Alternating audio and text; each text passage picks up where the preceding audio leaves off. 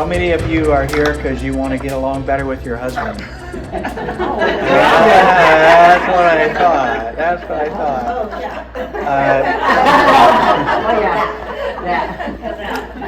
thought. You certainly can. You can ask questions. Probably better rather than wait to the very end because you tend to forget what your question is unless you wrote it down. So if you have a question, just do the whole elementary school kind of thing. Raise your hand up, and we'll kind of deal with it. Okay. That being said, anybody ever involved with the 4 personality styles in DISC Performax? A lot of corporations sometimes do teaching on this to try to help workers to get along better with one another. It's not in the Bible. I can tell you that right now. You're not going to find it in the Bible. But is it helpful? Yeah, it kind of helps us to understand. And I've been dealing with this kind of thing and these things for a long time. And there's a book by John Trent and Gary Smalley where he has 2 chapters in it, basically D and I in one chapter and S and C in another chapter. This whole idea of 4 different personality styles goes back way back to Socrates and Plato in 400 to 425 BC, before the Christian era. They came up with this, and of course Socrates and Plato were philosophers, and they believed that people were different because of the flow of their blood. Mm-hmm. So a person who is more energetic obviously would have a fast flow of blood, and a person who's more sedentary, more relaxed, more easygoing would have a slow flow of blood. Now obviously we know that's not true, right? Nowadays, but that's what they taught way back then. Differences were because of the flow of a person's blood. I do think there's real benefit in understanding these 4 personality types, because we're going to run into all 4 different types sometimes in our life, and it's important to try to understand why do people think the way that they do, why do they behave the way that they do, why do they talk the way that they do, and it's kind of helpful to understand that. Gary Smalley, I think he's the one who came up with the 4 different animals. Mm-hmm. One would be the lion, another one would be the otter, and the golden retriever, and the beaver. Anybody ever hear of those before? Yeah. Okay. Another author came up with 4 birds, and here's a picture of the birds. One would be eagle, would be like the lion. Eagles, they kind of rule the forest and they do whatever they want to do, right? Eagles do. Parrots seek social interactions. Doves are peace-loving and kind and get along together. And the owl is supposedly wisdom and deep thought and that kind of thing. So those are the 4 different personality styles. DISC. Pastor, is it the same as the Briggs-Myers test? No, it is not. It's not. Okay. No, and I'm glad you brought that up. Okay. I personally do not like Briggs-Myers. Mm-hmm. It's too subjective in my viewpoint. 16 different personality types. Anybody ever take a Myers-Briggs? Basically is what it's called. I personally do not like it. What I used a lot in my ministry was something called the Taylor-Johnson temperament analysis. You have to be trained to be able to get it and to use it. And so I went to Tampa for a 3-day training, and then you get a user number, and then you can purchase the booklet and the answer forms and that kind of thing. And there's 180 questions in the Taylor-Johnson temperament analysis that a person fills out. And when I did marriages, I do something called a crisscross, where you would do it on yourself. And then you would also answer the 180 questions on your partner. Mm-hmm. And so on one sheet, I would get 4 different graphs on one sheet. And obviously I color code them so that we could understand what's going on here. And I probably gave this, I don't know, hundreds of all my premarital couples. I've done at least 400 weddings. And I usually meet with people 4 times when I did a wedding. That's a lot of appointments with people. And some of them were young, 20 years old, 18 years old, and some of them were 70 years old. You know, and they said, well, why do we need to do this? I said, well, it can still be helpful, you know, to do this. So I tried to get them to do it. I didn't make them. I didn't think that was wise. I said, this is available if you want to do it. If not, have a nice day, you know, kind of thing. I'm not going to force you to do it as a requirement, you know, in order for me to marry them. But you get that 4 graphs on there, you can really see what's going on. There's 9 different traits that the Taylor-Johnson measures, and so there's a continuum for each one of them, and so that's 18 different, I guess, continuums, I guess you could say, on the Taylor-Johnson temperament analysis. Anybody ever do one of those? Ever seen that before? Okay, we're going to do it right now. No, I'm just kidding. But that's the one I like the most because it just gives you so much information, you know, and going through it with people and to see really what's going on. And I like it because it's not really my opinion, it's what the instrument is saying, right? And these are your answers, not my judgment of who you are and that kind of thing. What's best describe you and what's least like you. And 4 would be best and 1 would be least. And it'd be interesting, and I have extra copies here because I thought there were going to be more people, so if you want to take one later and give it to your spouse or your significant other, so they say, you're welcome to do that. Okay, let's go through the charts and give you a definition of DISC and kind of introduce it that way. So if my handy secretary would help out with that. The D style are driven. They can be very direct in how they talk to you. Decisive, strong-willed, self-confident, daring, determined, fast-paced. And I learned this with my wife when we were first married. We'd go shopping, and I'll just tell you, one time we were looking for floor tile for a bathroom, and the bathroom was a small bathroom, so we're only talking 1 box of floor tile or something like that. So we went to Home Depot.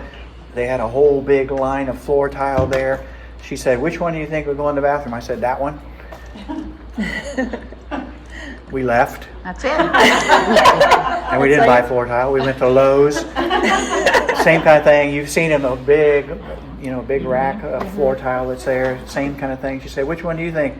Well, I like the one at Home Depot better, but if I was to choose, I'd choose that one. We left. That's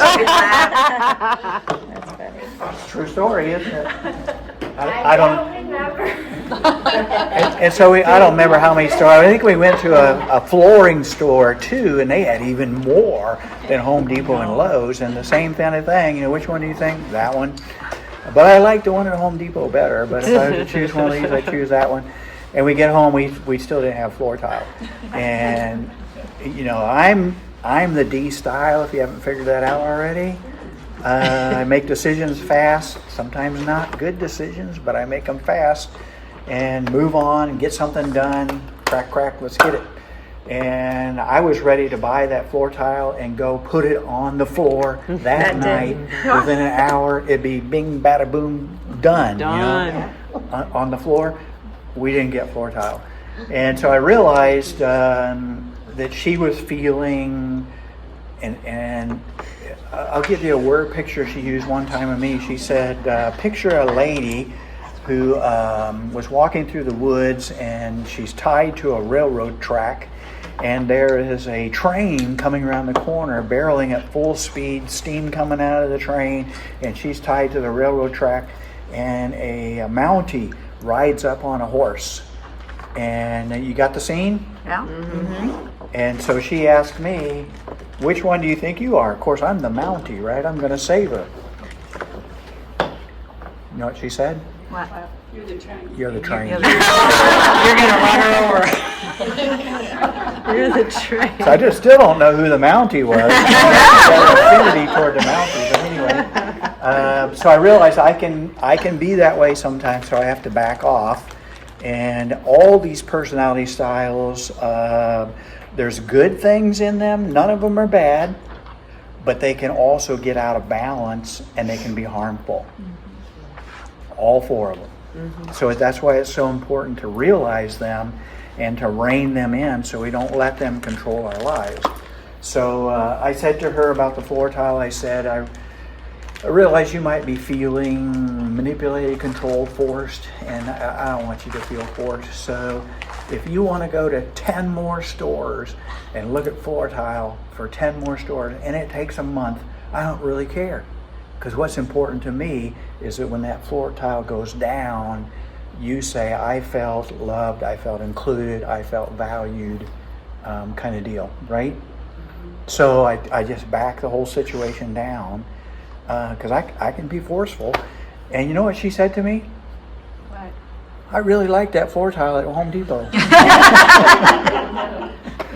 I don't remember if that's the one we bought, but anyway, that actually happened. Karen, That was early in our marriage. yeah. She tends to be more of a C personality, an SC, and I'm a DI. So is that the first and then the second? Is that Yeah. how they work? D and C are more task oriented. I and S are more people oriented. So D styles and their priorities. If I'm a DI, action, results, enthusiasm, let's get it done, kind of deal. So you can see the differences there. If you're a DC, you like challenges. D personality likes challenges, likes to solve problems. Give me a problem, I'll take care of it. The second church I was at, one of our staff people came to me after I was there for a while, and he said, you're a ready, shoot, aim person. Oh, Yeah. I had to think about that. I wasn't mad or angry or anything. I was just saying, well, maybe he has a point. Ready, shoot, aim person. In other words, I get an idea, I just move ahead with it, and I'll figure out the pieces as I go along and make it happen. Just make it happen. And that's part of a D personality, right? So I think I have to rein that in, because sometimes when you're a ready, shoot, aim person, it makes other people extremely nervous, especially the C personality, because they want to have all the facts, they want to have all the research, they want to know, hey, how's this going to work and all that kind of thing. And so it does take, sometimes you have to balance things out.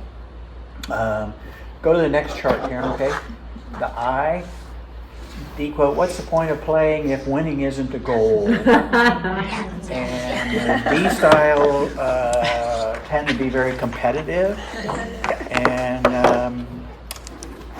I played racquetball for when the Hellplex was on Merritt Island, and I started playing at Kiwanis Island. But I played racquetball 3 times a week, Monday, Wednesday, and Friday for, 35 years. Every Monday, Wednesday, Friday. And I would say to the guys, we were playing guys, and I would say, I just want you to know, I have a strong aversion to losing. And I'm going to do my best. And typically, I won like 80% of the games that I played. So I'm a very competitive type person. But you can see how that can rub people the wrong way too, right? Especially if you're in a competitive relationship with another person. So that doesn't tend to work out very good. Communicating with these styles, give them the bottom line, be brief and speak up, focus your discussion narrowly, avoid generalizations, refrain from repeating yourself, focus on solutions rather than problems. And early in our marriage, I would come home from work, and I would say, how'd your day go? And she would start telling me how her day went. And after a few minutes, I'd say, okay, you just gave me 5 different scenarios or things. Is there any one in particular you want to talk about? And obviously in her mind, all 5 are definitely linked together, right? But that's the difference between a D and a C, right? I want to know the bottom line, and let's solve this. And part of what I think sometimes what husbands do is, especially that they don't like the high emotional reactions they get from their wife. Would you agree that's true? Yep. And what they tend to do is to shut down or run. Now I'm talking about emotionally run, right? Not literally run, but emotionally run because they say, "Whoa, I don't know how to deal with this. I don't know how to handle this." And even my own brain, sometimes when that would happen, I get these strong emotions, especially when we had 3 teenagers at home at the same time, 3 boys, teenagers. And Karen was trying to deal with them, and I'd come home and she'd be very, very emotional and very, very upset. And I'd hear all this stuff, and I'd go, I don't know how to sort this out right now. And so I'd say to her, hey, your feelings are very, very important. These issues are very, very important. I'm committed to work on them with you, but I need to process all this information for a while before I can talk about it, because I don't really know what my position is in all these different things. And that was wisdom, wasn't it, to say that? And then, of course, what did she say? What's that? You don't care. No, she didn't say that. When are we going to talk? Which is fair, right? That's a trust issue, a trust question, right? Let me know you're not just blowing me off and we're not ever going to get to this and you're not going to talk to me, right? So I'd say, well, give me an hour. I'm just coming in from work, and I got to debrief a little bit and sort all this kind of thing out and figure out, well, what are we going to do? How are we going to handle this kind of thing? So an hour would go by, and guess what? What are we going to do about this? I hold him accountable. She was waiting for that hour. The alarm went off. The alarm went off, and she was ready to talk. And of course, I had to do my due diligence, right? Because I committed to do that. So I had to kind of sort through my feelings, my thoughts, what the issues were, how we're going to talk about this, what we're going to do, all that kind of thing. But it gave me an hour to work on it. So, if your husband says, I'm having a hard time, I don't know how to talk about this right now, are they that open? Do they talk that way? Nope. He'll say, I'm processing, I need. He says, I'm 15 processing? minutes. Yeah. Okay. Because I taught him to say that, so I know to back off. Don't ignore me, give me something. And it's fair to say, okay, when are we going to talk? Tonight, tomorrow, next week, next month? Right, that's what I do. Okay, you're processing, I respect that. How long do you need, when can we talk? Right. And then he goes, let me think about it, and then he'll come back and tell me how long he needs to process it. Right. So And that's I try very and fair. get him to process it that day and not have the sun go down and then I'm still like on pins and needles wondering Right. when we're going to talk about it. Yeah, and the Bible says, do not let the sun go down on your wrath. Anybody ever go to bed when you're angry? Yep, that's why I did this. I cut that verse out of my Bible.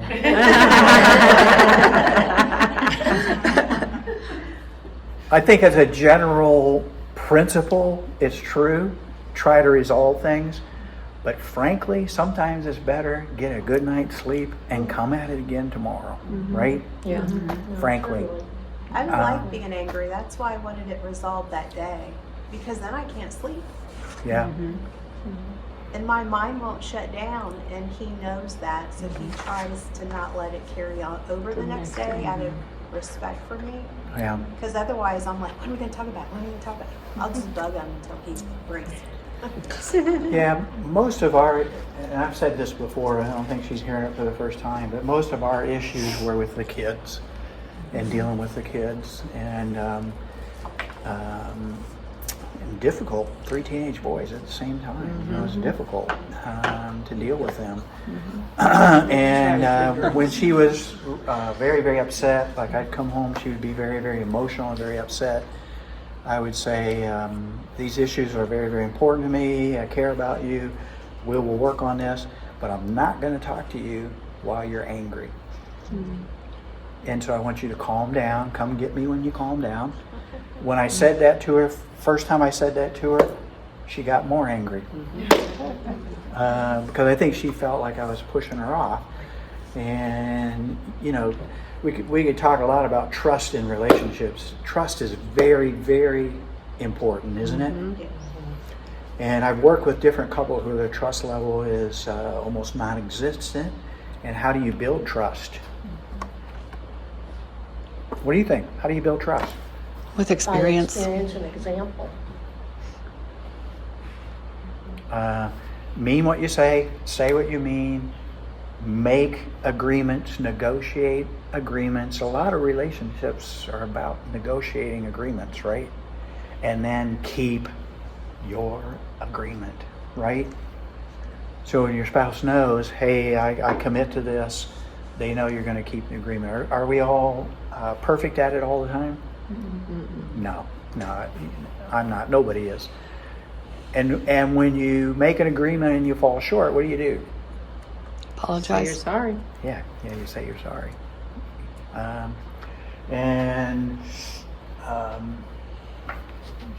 Karen tells me even today I have a hard time admitting and saying I'm sorry. So I'm sorry about that. I'm working on it, aren't I? Doing it more. Processing. Yeah. Practicing saying that. And it's part of the D personality, right? I want to be in charge. I want to be in control. D personalities are natural born leaders. So you probably know some lion, king of the forest type thing. In 1973, you probably can tell I don't have a plan here. I'm just shooting from the hip. Have you been able to tell that? But in 1973, I was at a national youth gathering in Houston, Texas, and I was in high school in '73, and we're walking down the street.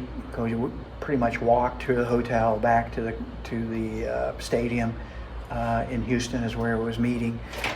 40,000 high school students. A guy was driving a bus, a school bus, and he was the only one in the bus, and a car pulled out in front of him. He hit the car.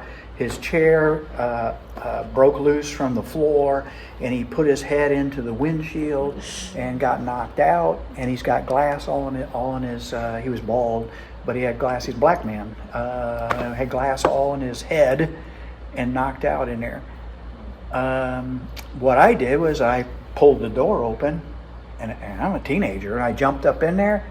I got the man out. I got him laying down, elevated his feet because he's in shock. He's passed out, and the head was bleeding and all that kind of thing. Told somebody, call 911. Let's get an ambulance here. This guy needs an ambulance. Other people weren't necessarily thinking all those kind of things, but I just instantly said something needs to happen here. Mm-hmm. We've got to make a decision, and I did it, kind of thing. So that's kind of a D personality. But like I said, I got to rein that in sometimes. I can be very direct and very blunt. And because I've dealt so much in talking to people for so many years, I think I've kind of worked on that. And spend a lot of time in counseling with couples, and you have to be careful when you say things because you can really turn somebody off, and they will shut down and they won't listen to you, right? Mm-hmm. So I'd say it's always a lot better to use a third person scenario. Suppose this person said this to this person. How do you think that person would react to that? See how I'm using a third person scenario where it's not attacking the person or getting at them, but I'm raising the issue of let's talk about the dynamics here that's going on in your relationship. Okay? So yeah, I'm a ready, shoot, aim person. And I own it, but I've tried to rein it in. So I personality style, motivated by social recognition, group activities and relationship values, coaching and counseling, freedom of expression and individuality, fear social rejection, disapproval, loss of influence, and being ignored. And so an I personality can walk into the room and just walk around, talk to everybody, meet everybody. When I first walked in there, I didn't know Kathy, but I walked up to you and said hi, right? And said, my name's Russ. And I personalities will do that kind of thing. They don't know a stranger kind of person. And I can do that, I think, partly because as a pastor, you kind of have to do that, don't you? To meet new people and make people feel comfortable and talk to people and have people skills. A gal that we kind of take care of was at Cape Canaveral Hospital in the emergency room, and they were going to admit her, but they wouldn't let us back in to see her until they got her stabilized and that kind of thing. So we're waiting in the emergency room, and this was, what, 2 months ago? And I get a little bored. I think that's a D personality, gets a little bored sometimes. I get a little bored, and I want to see something happen. So there's a security guard right by the door. So I go up to him, shake his hand, start talking to him, make friends with him. And then there's a gal behind him that's checking people, and so I go talk to her. And then there's an older couple sitting there, and they look like they were kind of distressed, waiting to get into the emergency room. So I went up to them, started talking with them, and said, "Do you mind, can I have a prayer with you? Would that be okay?" And they said, "Sure." How many people do that? Do you do that kind of thing? I do. I do. I'm Yeah. a D. You're a D? Wait, you're not I'm a DI. DI. I'm a DI. But Karen calls me out on this because sometimes I'll go to a meeting at somebody's house or something, and if I'm not in charge of the meeting and people don't know who I am, I'll be a wallflower and just check everything out. So I don't have to talk to everybody, Right. but if I choose to, I can Right. talk to everybody in the room, right? And get to know everybody. So that's basically an I personality. They are very, very persuasive type personality. Sales people, typically. How many of you like to go buy a new car? Oh, gosh. I don't like that. No problem. I bought Karen's car, but she didn't go with me. I like got that. mine now. You're fine. I love making a deal. I said, I'll Oh, be wow. nice, but I'm not playing games, so anyway, I don't want to get into all that, but anyway, I bought her the car. And so I looked it up, several different car dealerships to see what was a good price. I Googled it, did a lot of research on it. So I called 5 different dealerships. This is the D personality. And I said, I want this car. I want to pay this much for it.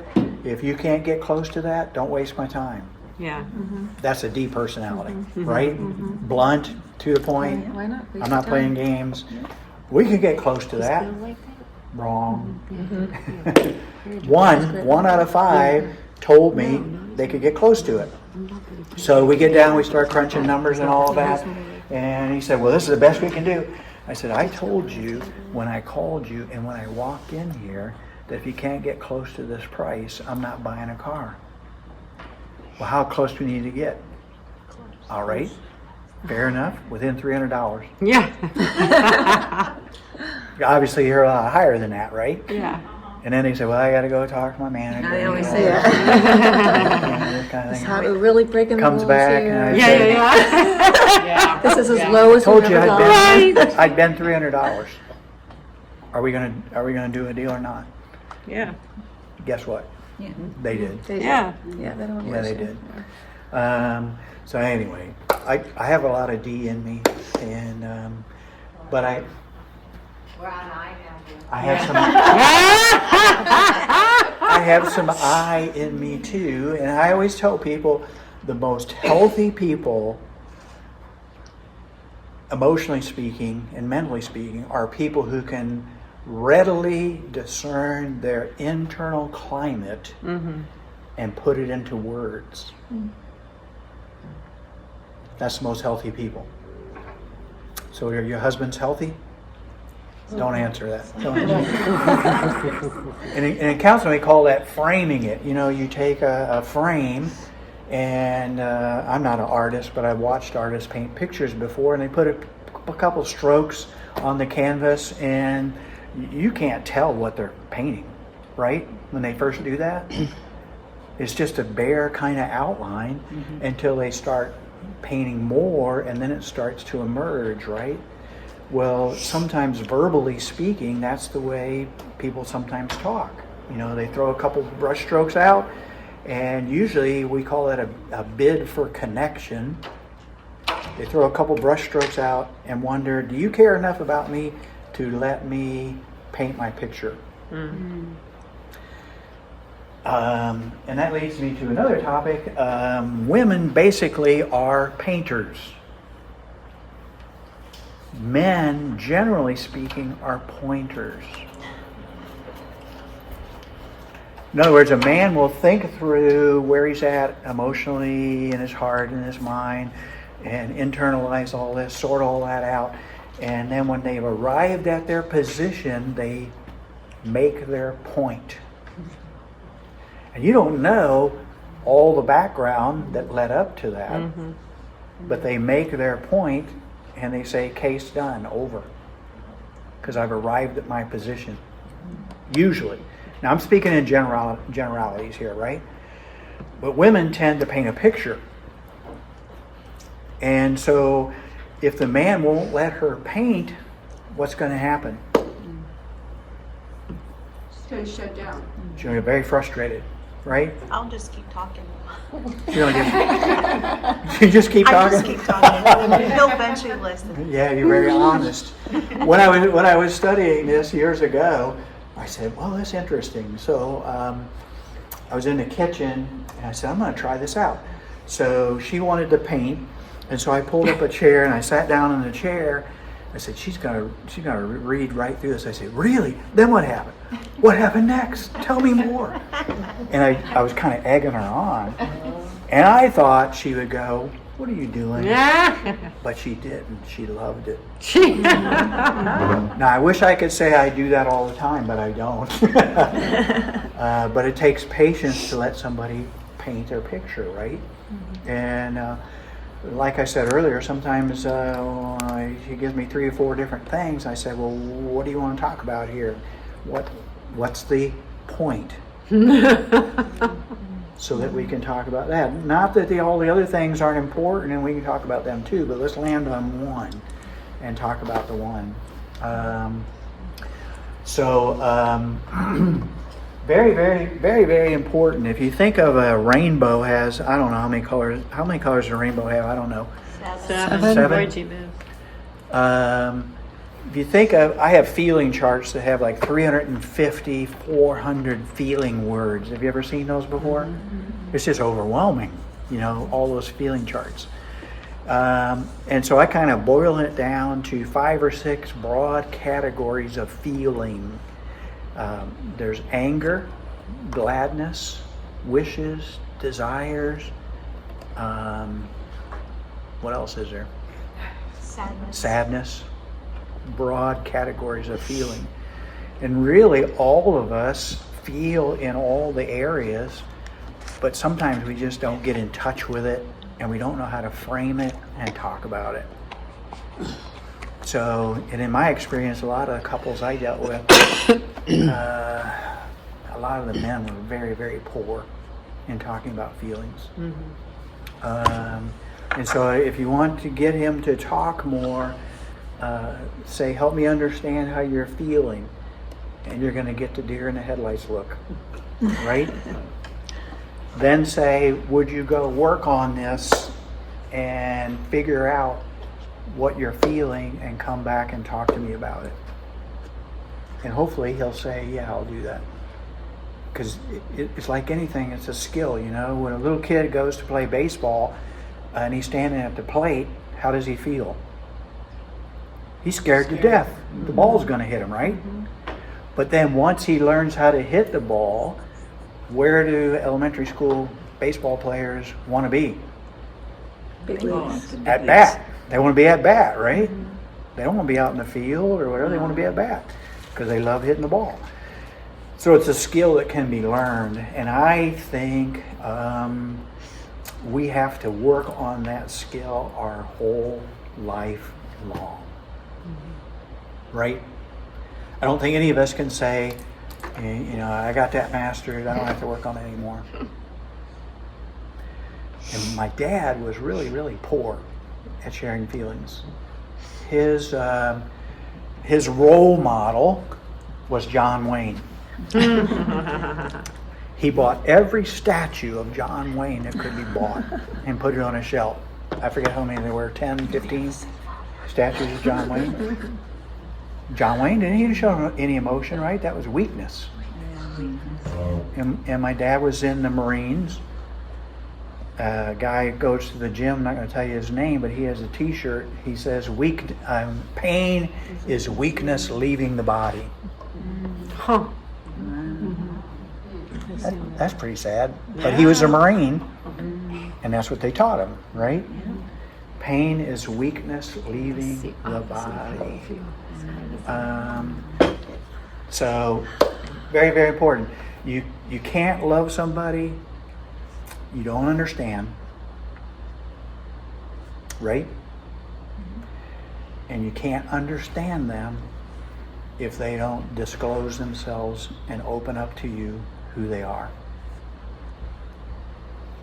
So simple, isn't it? In theory, it is. But not easy. Yeah, but not easy. You can't love somebody you don't understand, and you can't understand them if they won't open up. You're maybe loving an idea of what marriage should be or something like that, but you're not connecting with that person if they don't open up. By the way, we're only on I, but Donald Trump, what kind of personality does he have? D. I think he'd be a D. The DI. Yeah, he's a D. He's a D. He's definitely lying, isn't he? Definitely a lion. So are you going to put the animal exactly to these four? Or, I mean, personally, you think that it's exactly a match? Lion, and then I is for the otter. Okay. Is an otter. And if you ever watch the Disney films of the animals, the otters, two otters just playing, they don't have a care in the world, they're just having fun. And that's what I personalities do. They're very persuasive and they like to have fun. They like to interact with people and talk with people. They don't like to be challenged about serious issues, though, I personalities. And for the lion personalities don't like to be challenged either. They want to be in charge. So if you question the decision of a lion, the hair on the back of the lion rises up. Right, Karen? You got to get growled at. So, lions, otters, golden retrievers. Well, let's go through that. Share your experience, allow them a time to ask questions and talk. Focus on the positive, avoid overloading them with details. Don't interrupt them. Show respect for spontaneity, high energy, and optimism. Eyes are usually pretty optimistic. Next slide is S, which would be a golden retriever. Anybody ever have a golden retriever? I got 2. You got 2? Right now. When you walk in the door, what does your golden retriever want? They're all over me all the time. Yeah. They sleep on my pillow. They want you to hug them. All the time. They want you to love on them. They want you to pet them. Getting my space. I don't need all that. So, S personalities are calm, patient, predictable, deliberate, stable, warm, tend to be more passive, and loyal. Most of the studies say loyalty is their number one strong point. They will stick with you no matter what, is the S personality. Go to the next slide. Motivated by cooperation, opportunities to help, and sincere appreciation, values loyalty, helping others, and security, fears loss of stability, change, loss of harmony, and offending others. So, and Karen has some of this, but I think she, in my view, is more in the C personality, which is the beaver personality. But she's a SC and I'm a DI.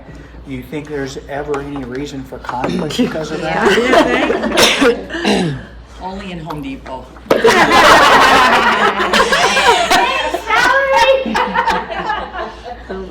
That was a good one. So are the S considered, are the S the peacemakers?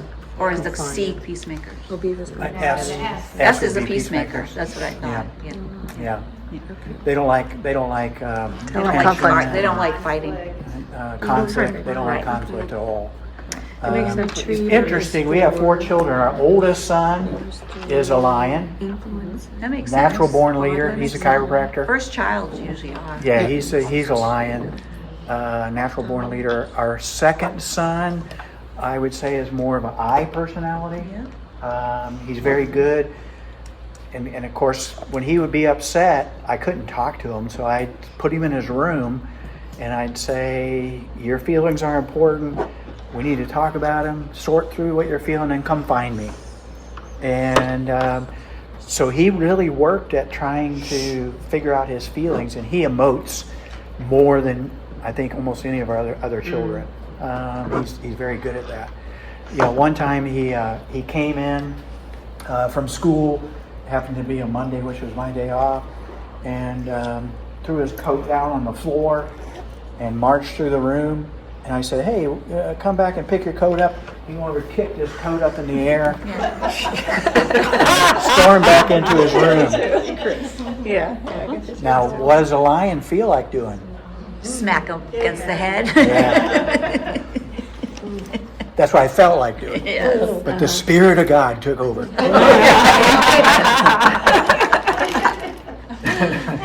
Said that's not going to be helpful because he's already mad about something.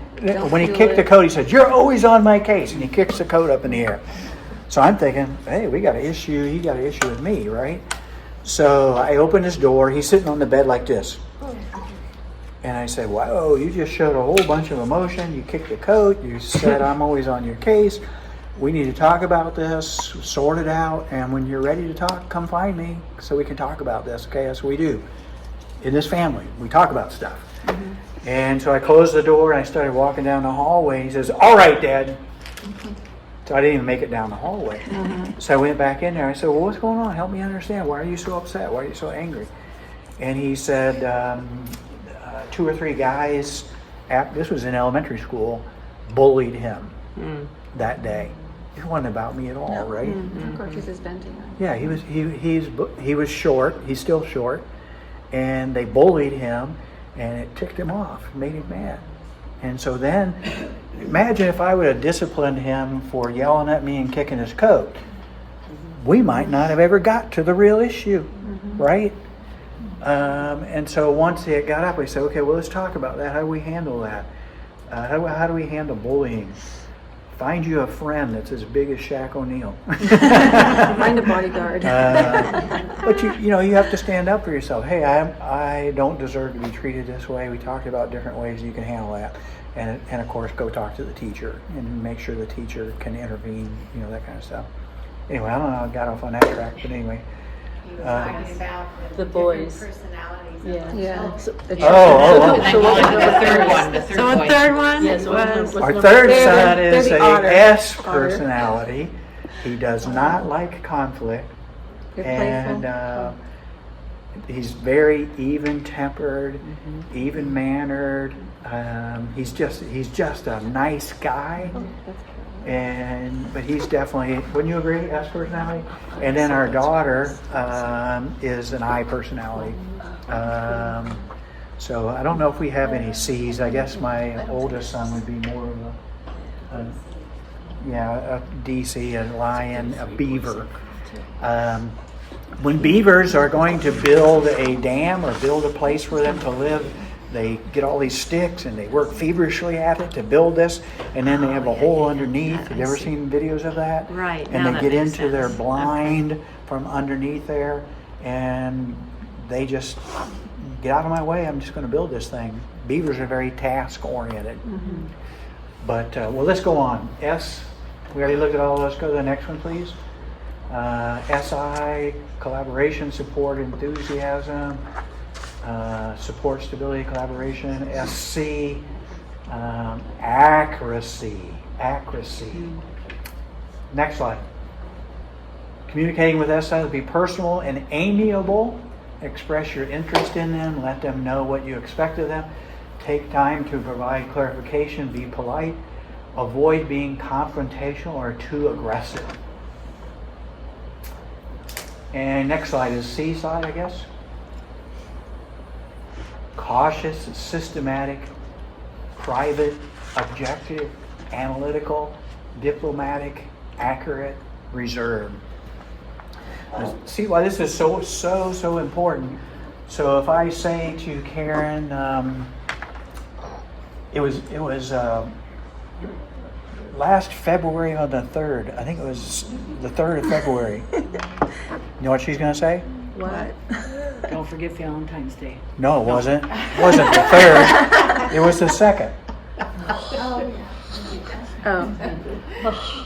That's what I expect it. You know, when I say something, I expect she's going to, come out with her viewpoint of things, which is okay, right? Because accuracy, being right, to her is very important. To me, I mean, it's important.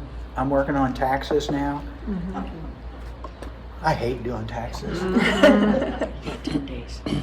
I And what hate it. personality is good with that one? See, Yes. See? yeah, Extension. I hate doing them, but I want to. I've always said I always do my own taxes, and I've always told Karen, I said I want to do them as accurately as I can, so that if anything is wrong, they can't say you did this on purpose. So I say no, I didn't. I did it because of this publication, this thing here, and I did my research. I did my due diligence, but I hate doing that kind of thing. My older brother, Kathy, is my sister-in-law. We were working on a shed that my dad had in the back of his yard, and we were putting not paneling. What do you call that? Vinyl on siding on the shed. And when we got up to the top, of course, you have to cut the siding like this. Well, I had done roofing getting through college, so I was very used to looking at a shingle, seeing a stack, cutting it, throwing it down, and it fits. I don't measure it. I just cut it and throw it down, and it fits. So my brother is a mathematician. Oh. So is he a C personality? I don't know if he is now. Anyway, he had to get his measuring tape out and measure it and mark all this kind of stuff. And I just held it up, stuck it up there, and it fit. And I was done about twice as fast as him because he had to measure everything. And then, according to my own wife, she said mine looked better than his. And I didn't measure anything. I just stuck it up there and cut it. So it's very important to understand different personality styles, right? And I always used to say, not wrong, just different.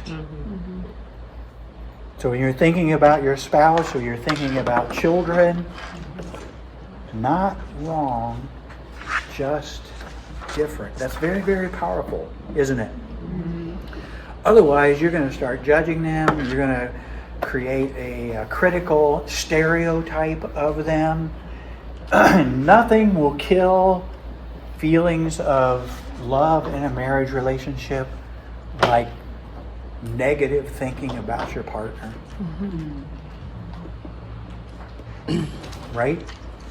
Are there negative things? Oh yeah. Right? All of us, right?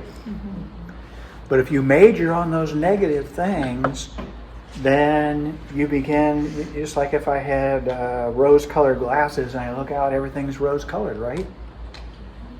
So if you have a negative viewpoint of your spouse, you're just going to keep adding to your list of negative things about them, and it will be nearly impossible to feel love and respect toward them, right? So Ruth Graham said about Billy Graham, was Billy Graham perfect? A lot of people think he was, but he wasn't. None of us are perfect, right? She said, it's my job to love him. It's God's job to change him. Pretty powerful, isn't it? So you just have to give it. You have to give it to God, right? It doesn't mean you can't talk to them about stuff and say, "Hey, this bothers me when you do this. Why don't you pray about it? Why don't you ask the Holy Spirit, give you insight or wisdom about that?" And I'm not going to bring it up again. Not very many people do that. Yeah, exactly. Bring it up. Because you again. think if I keep bringing it up, Yeah. then they'll actually make a change. What's the number one emotional need of men? Respect. Respect. And when he doesn't feel respected, what does he do? Shuts Shuts down. down. Shuts down or Runs. I get Rebels. sarcastic. Or you go out in the garage. You go in your trailer. Takes an act. I have to work on it. I have to work on it, right? That's not healthy. It's not right. And I have to walk around for a while until I calm down, and then figure out how to talk about it, right? What's the number one emotional need of women? Love. Feeling love. Nurturing, to feel nurtured, valued that way. They're kind of, security. They're kind of, respect and secure. They're, they kind of fit together too, don't they? All right, I'm gonna go out on a limb here. I've already been talking about this for a little bit, but how are men different than women? I'm not talking about anatomically. Hopefully you already know that. Yes. Men want to be fixers. Okay. When women need to talk about their emotional. Women are emotional. This is my thoughts. Women are emotional and need to talk about their feelings, and men want to fix their feelings, Right. which they don't need that. They just need to be listened to. Just need to paint. Just want to paint my picture. And I want to know, do you care enough about me to let me paint? I think that's true. So I don't do this all the time, but sometimes I would say to Karen, I'd say, do we want to work on a solution here and work on the problem, or you just want me to listen? Yeah, fair enough. And then she would say to me sometimes, right from the get-go, I don't want you to fix it. Yeah. I want you to just listen. I want you to just listen. And then I know the rules of the game, right? She just wants me to listen. So don't take it that your husband automatically knows that, but you have a responsibility too to tell him, right? How are men different than women? Not as emotional. Yeah, we kind of talked about that. Yeah. Not as good as sharing emotions, right? They're more logical. More logical. Yep. More task oriented, maybe. Tend to be more task oriented. Get this task done, get this fixed, kind of thing. Yeah, I did roofing. I used to work on cars a lot. I tried not to work on cars anymore, but anyway. I like doing things with my hands. I was that way since I was a little kid. When they were building houses in my neighborhood, I went over there and asked the carpenters. They had a big pile of wood they were going to burn. Can I have that wood? And they said, sure, take anything you want. So I make stuff out of that with the wood, that they were going to throw out. And so sometimes I get, because I do a lot of things, studying, working on things, preparing things, mental kind of stuff. And I realize when I reach a point, I got to do something with my hands or I'm going to go crazy. I just feel like I'm itchy inside, kind of thing. And I know what it is. I got to go work on a lawnmower. I got to go do something in the garage or something like that, or open the hood of the car and just look at things.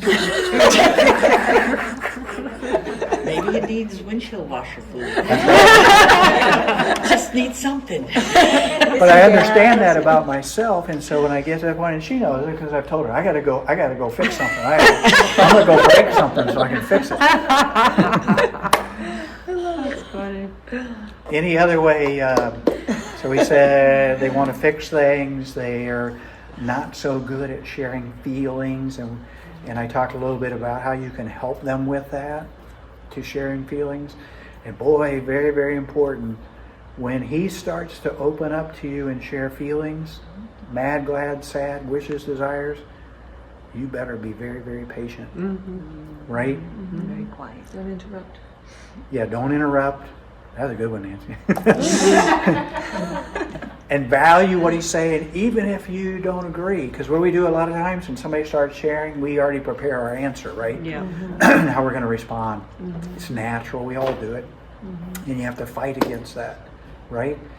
And so in counseling, we talk about shelving. So if Karen was critical of me about something and I feel disrespected and my feeling level jumped to the top, what's important now is the issue she brought up, not really my feeling. So in shelving, what I do is I say, that's a real feeling. I felt disrespected. I felt hurt. I'm not going to discount that feeling. I'm not going to throw it away or discard it. But I'm going to take that feeling, I'm going to put it on a shelf, and it can sit right there for a while until we deal with this other issue. And then I can always go back and take it off the shelf and deal with it later. Right? We call that shelving, which I think is a very important kind of thing to do. Otherwise, you tend to just react rather than respond, right? With the feeling that you have at the moment. So it's okay to shelf it for a while.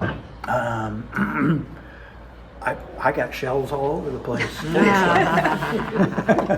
A lot of books on the shelf. Different genres. Do you think God wires people differently? He creates them that way? We couldn't have all D's in this world, or we couldn't have all C's. We have to have a mix. So what kind of job is a D personality good for? A lion personality? What kind of job? CEOs. Of course, you say pastor. Leaders. CEOs. Yep. Yeah. Presidents of companies. Presidents of the United States. Yeah. Entrepreneurs. Yep. They're risk takers. So if Karen is a SC and I come in and say, man, I just found a really great deal on something. It's only going to cost $5,000, and I almost bought it. But I thought I better talk to you first. So I come in. What's going to be her reaction? Slow down, buddy. Take a breath. Whoa. Do we really need it? Whoa. Do we really want it? There's a difference there, right? And I could see all kind of possibilities I can do with this thing, and I could change the world with this thing if I just got this thing. I don't even know what the thing is. I just made it up. Snowblower. In Florida. How about we talked about I personality, make good salesmen, women, salespersons, I should say, right? I think teachers, God bless you. We have any teachers here in the public school system? God bless you. Yeah. That is a tough job. But I know you rein all the students in, Janice, because you. Yeah. Well, I was going to say, what would you say most teachers are, as far as of these? You have to be everything. Yeah. You have to exercise, A DI? There's definitely not Yeah, but they also have to Definitely. have knowledge of their subject material, obviously, and have a handle on that. Depending on, I I think it think, does depend. I just didn't know if you were Yeah. going to say more so you would see, one of them. They certainly have to have leadership, obviously. Yeah. You know. yeah. And then you had mentioned just one comment about, it's good to have a mix, but I'm thinking, for instance, my husband is very exact, which is great for someone in the sciences, dentistry, and you want that doctor to be very exact, Especially but a when good he's- listener. Especially when he's drilling in your mouth. I know, Right? but it's just Her so husband's a interesting how, dentist. you had said God Yeah. having so many different wires, And he's how we need that. you How many are- doctors, you know that a doctor doesn't have a good bedside manner. True, You that- notice that, you're like, well, that doctor doesn't really have a Right. good bedside Right. manner. But he's So- very precise. But he's very precise, so he's He does his definitely. job well. He does his job well. Right, Yeah. he doesn't have a good. He doesn't have to bedside- be I tell So him- he's not an eye, because an eye is a people person. Right. I but tell him you got to he's- work on your people skills. Yes, Right. but it Have might an not come assistant come naturally in. to him, see? No. Yeah. He could have an assistant come in and do that. Then he looks at me over his glasses and scowls at me like, "Who do you think you are?" And I say, well, "I probably have as much education as you do. You are an extrovert, and your husband is an introvert, right?" Correct. And a lot of times, extroverts are attracted to introverts because they say, "Well, isn't that interesting?" Because that's not the way I am. Oh, yeah. And I was, don't you think that Don't most of you us are think married that- to our Opposite, counter or yeah, you opposite? can't have two extroverts. They would be fighting all the time. Two lions got married. What Two would happen? lions could not get married. Divorce. Not necessarily. They have Really be to. stuck at Home Oh, Depot. They never leave home. And how deep, Maybe, you know what I mean? yeah. Their second one can't be the same. You know, there's a whole nother dynamic which I've alluded to is the Holy Spirit, right? Right. Through the Spirit, Galatians 5:16, love, joy, peace, long Suffering. goodness, faith, meekness, temperance. And it's interesting, the Holy Spirit, we're the temple of the Holy Spirit for Christians, right? The Holy Spirit lives inside of us. Oh, I forgot something. I was going to give you a bunch of people in the Bible and you tell me what personality style they are. We still have a little time. That's fun. But the Holy Spirit is working all the time, right? And when I realized this many, many, many years ago, there's a power at work in our heart, in our mind, in our spirit that's trying to cultivate these fruits, right? If we are open to them. So part of being a lion is, Karen tells me, I'm not a very patient person. As lions say it, I'll just make it happen, right? And at first, I didn't like it. That she said, I'm not a patient person. I didn't like that. But it's true sometimes. When we go to the checkout line at the grocery store or Walmart, You don't we like do to the wait same in thing. I line. get the shortest line possible. Yeah, It ends up taking the longest amount of Yes. time. And then I end up praying for the cashier because it seems like they don't have a clue what they're doing. Self-checkout. Yeah, that's You only can blame yourself, right? Oh, that's all right. Okay, Barnabas, Acts 9. When he came to Jerusalem, he tried to join the disciples. This is Paul speaking about the Apostle Paul. But they were all afraid of Paul, not believing that he really was a disciple. But Barnabas took him and brought him to the apostles. And of course, the apostles is probably referring to the 12, right? After they elected somebody to take care of Judas's spot.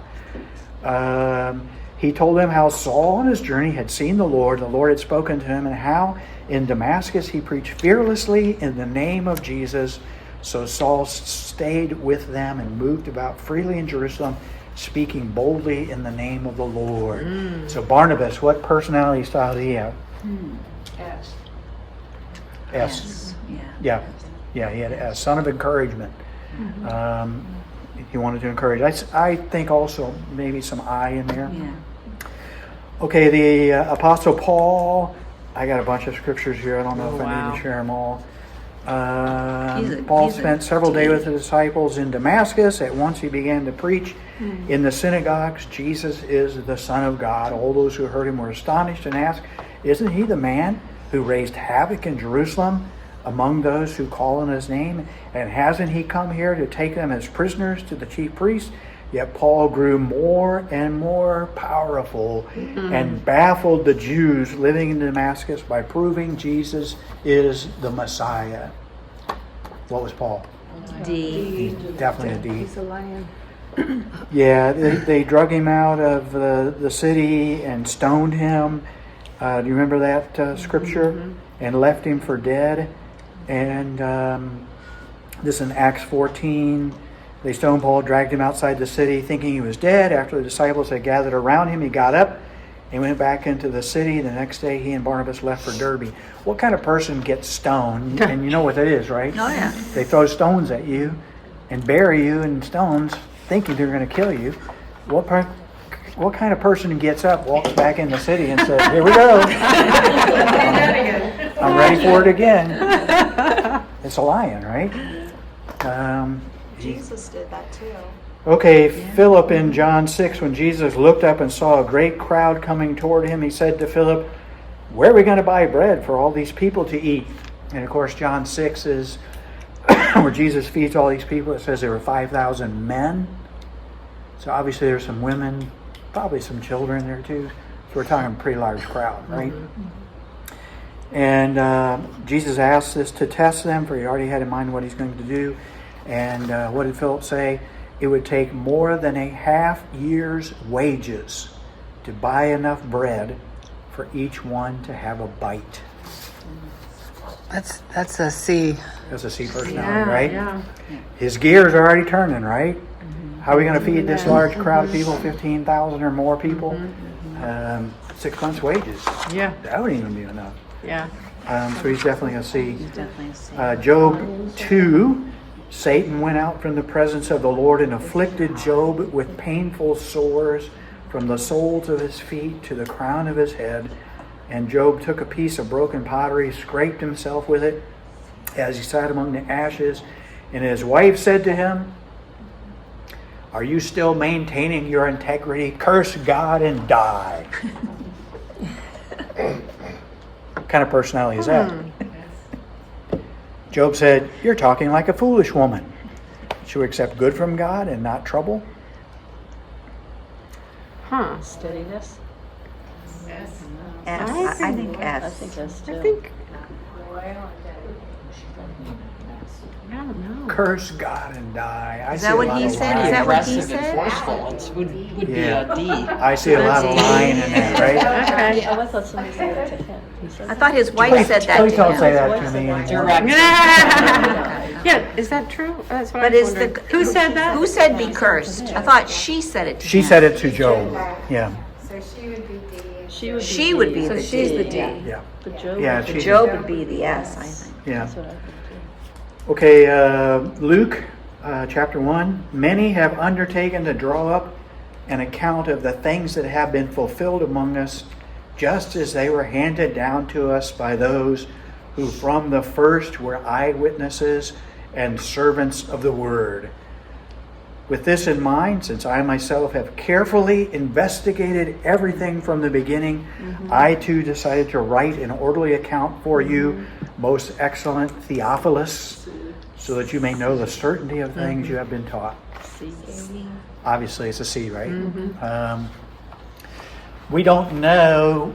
Luke's never mentioned in the Gospels of following with the other disciples. He's not mentioned in a list of the disciples. So we don't really know. He was a but- doctor. I don't think he was with. I Yeah, don't obviously think he became a believer. Yeah, he and, did. And he wanted to write an orderly account of everything that happened, right? Acts 9, Dorcas in Joppa, there was a disciple named Tabitha. In Greek, her name is Dorcas. She was always doing good and helping the poor. About that time, she became sick and died. Her body was washed and placed in an upstairs room. Lydda was near Joppa. When the disciples heard that Peter was in Lydda, they sent 2 men to him and urged him, "Please come at once." Well, she's already dead. So I think they kind of have faith that Peter's going to do something, right? Yeah.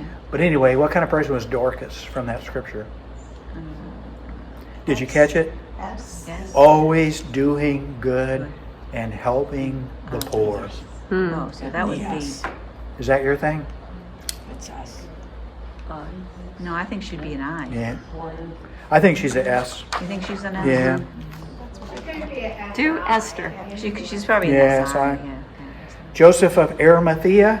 Oh, he's a- Remember who that is? He's a D. Oh, he stood up, so. A prominent member of the Yeah. council who was himself waiting for the kingdom of God, went boldly to Pilate, Yeah, so D. asked for Jesus' body. Pilate was surprised to hear that Jesus was already dead. Summoning the centurion, he asked him if Jesus had already died. And when he learned from the centurion that it was so, he gave the body to Joseph. Joseph bought some linen cloth, took down the body, wrapped it in the linen, placed it in a tomb cut out of the rock. He rolled a stone against the entrance of the tomb. Probably S, right? See, I would think he would have been a D because he just took charge and just said, all right, let's go. Let me get the body and let's do that. Let's bury him. Boom, boom, boom. Yeah, Well, and also. in his own grave. The way he wrapped the body, he thought about everything, so that's a C. Yeah, With so- all the Yeah. details. Yeah, Yeah, we so carry he's a across to DC, different, and he's a you know, DC. different. Nehemiah 6, when word came to Sanballat, Tobiah, Geshem the Arab, and the rest of our enemies, I had rebuilt the wall, and not a gap was left in it, though up to that time I had not set the doors and the gates. Sanballat and Geshem sent me a message, come, let us meet together in one of the villages on the plain of Oh No. And I used to say, oh no, don't go there. But anyway, I see he has a D because he went back and built the walls.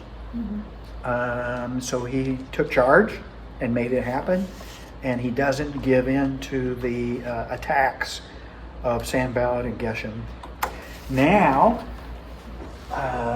Jesus obviously is perfect, right?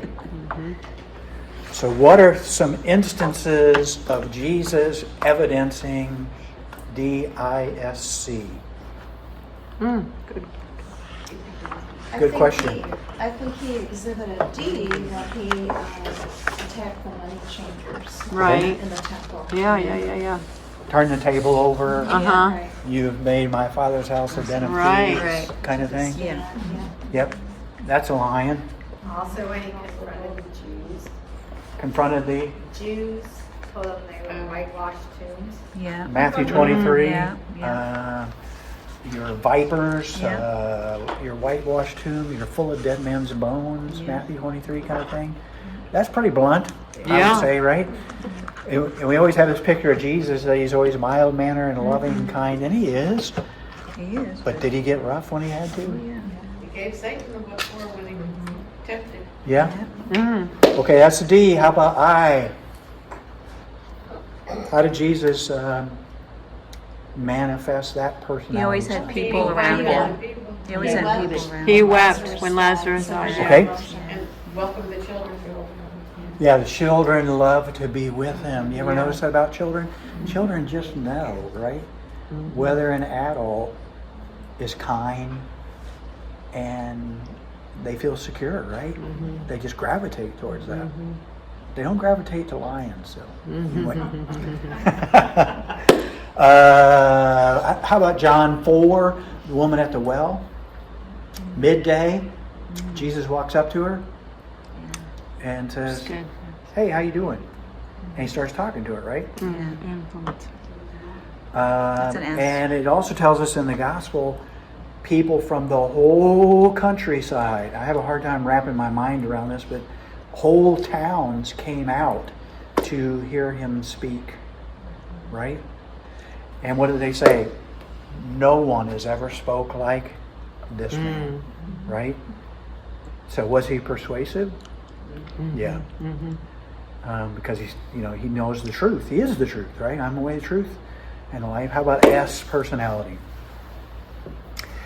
He healed a lot of people too, didn't he? So steadiness, loyalty, Gentle, good listener. loyal to these 12 disciples. Jesus Honesty was a knew Peter would deny him, right? Jesus said, before the rooster crows 3 times, you'll deny me 3 times, Peter, right? But he said, when you come to your senses, you'll know I still love you, kind of thing, right? Amazing. Did Jesus know Judas would betray him? Yeah. Yeah, he did. We don't know exactly right from the start. For 3 years, did he know that? We don't really know that according to the Bible. But Jesus was loyal to these guys, right? and they felt comfortable being around him. I don't know what it'd be like to walk around for 3 years and not have a place to sleep and not have a food wagon to eat from. But it appears it wasn't a problem, right? For Jesus to take care of all that somehow. Doesn't really tell us. Yeah. How about a C personality? How did Jesus evidence that? Any ideas? He watched his disciples speak. He was quite modest and unassuming, gentle, and Yeah. supportive. Yeah, he said, you guys look at the seasons and you understand the seasons, that when the trees are starting to bud, you know that spring's going to come. There are also spiritual seasons. And he encouraged them to be in tune with the spiritual seasons in life. So I kind of see him having a C personality there. And also he said, I always do what the Father wants. Now, obviously, he's the Son of God, so he's always going to do the right thing, right? Right. But he point blank says, I can't say that. I always do what the Father wants. Especially if you follow me on the road leaving here. But he said it. He said it. I always do what the Father wants, right? Okay, well, should we wrap this up? Did you feel this was helpful? Yeah, great. Do you know somebody in your life who's a D personality? Y'all looking at me now. Do you know somebody who's an I personality? S personality?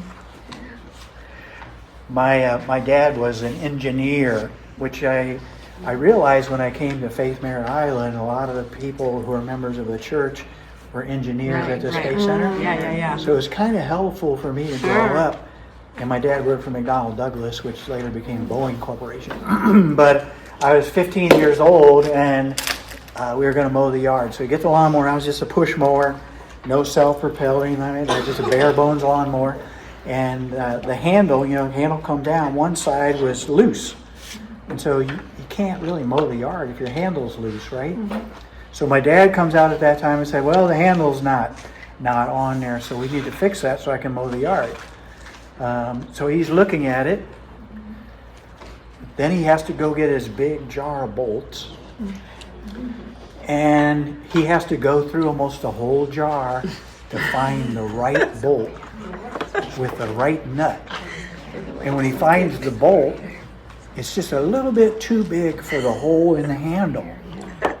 So then he said, well, Stick one on there. no problem. I just drill the hole a little bit bigger. So he goes and he gets you've seen drill bits and a thing that closes, and all different sizes of drill bits. So he gets that. I'm standing here. It's driving you crazy. I'm driving me crazy, man. But I would have had that hole drilled in 3 minutes. So he opens them up, and a couple of his drill bits are not sharp. So you have to sharpen them first. Yep. He got to go find his sharpener. Sharpen it first. And you got to sharpen every single one of them before you can drill the hole. And I said, just drill the hole for crying out loud. The yard did not get mowed. No way. No way. Get it done. But That's funny. that's the way he thought. And if he said it once, he said it many times. If a job is worth doing, Do it right. it's worth doing it right. Which is this quote here. But right can be many forms. I know. Right is very different for me. Right's in the eye of the beholder. Yep. Right is It's done. worth doing it right. So if I'm going to bake something in the kitchen at the request of my wife, does a lion look at a recipe? Nope. Nope. Nope. I do. Nope. But for when the beaver comes in the kitchen and sees the lion, D what? not interested in the recipe at all, what does the beaver say? Get out of the kitchen. Get out of the kitchen. Get out of the kitchen. Get out of the kitchen, yeah. Or something along that line. See, a lot of differences, right? Well, not wrong, just different. Just different.